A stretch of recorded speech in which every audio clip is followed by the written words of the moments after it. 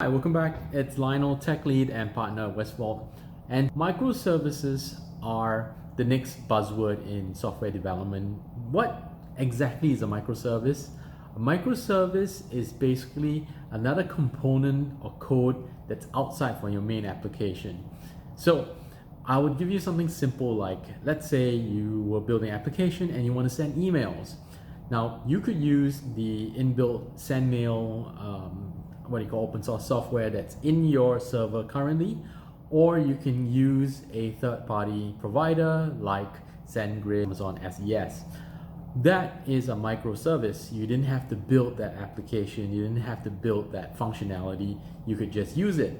That's pretty good idea. Now, things are getting a little bit crazy in that imagine if you didn't have to build a single one of these things, right? You're gonna use a file system from Amazon, you're gonna use Google Cloud, you're gonna use all this kind of stuff. Your application will be doing is just poking and pointing at APIs. And that is the nutshell of this idea of microservices. It sounds like a really good idea until you start implementing it. And this is taking an application to the whole extreme where you imagine you form a company, right? And you're the only one person and everything is outsourced. Everything from even the product, we call it drop shipping in real life. Basically, you own nothing. You're just pointing all this kind of stuff, right? Now, as a tech lead, I've seen this pattern happen and I'm seeing where it's gonna go. And then a couple of problems with the microservices are overrated. And the first one is the myth of redundancy, or your application actually continuing with one part goes down, right? That is one of the main pitches that the microservice companies give you, the cloud guys, right? They say, look, if email goes down, your application continues, you can choose another one. The problem with this is, first of all, changing the APIs are not easy. A lot of them make software that's difficult for you to switch. That is part of the business process. The second thing is that you are beholden to the API. It sounds very easy, right? Like, let's switch Dropbox, let's get rid of any of these things, right?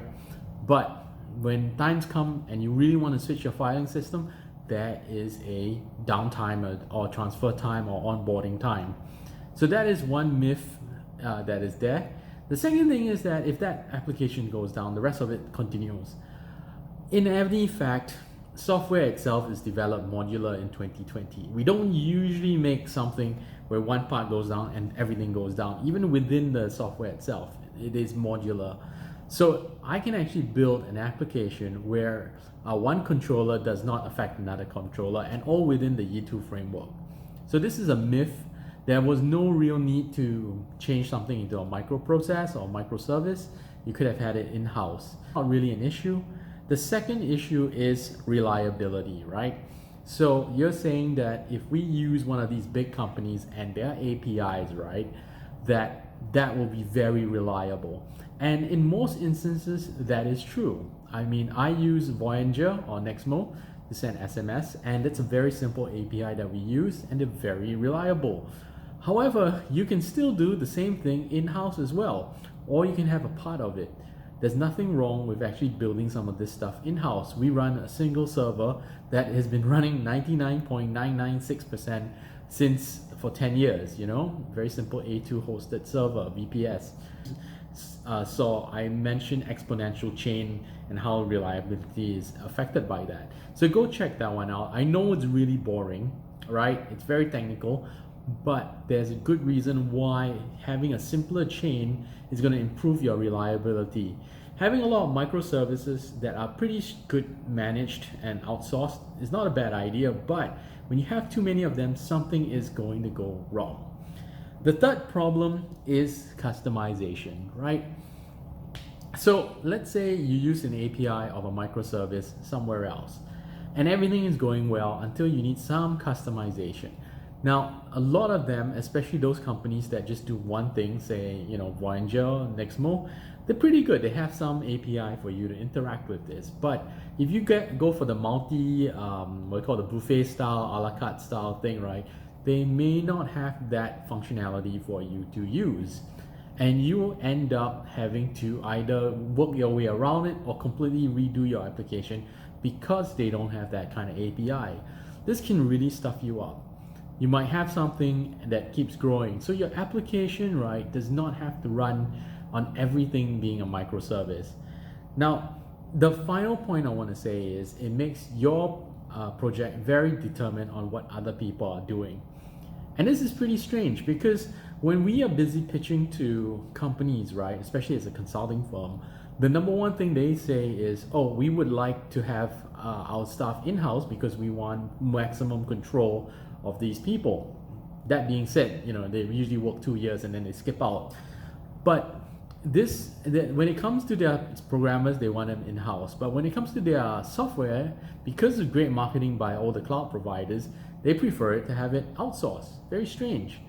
I would actually argue, why not balance it a lot? 70% in-house, 30% out-house or outsourced. Try to get that range mixed up.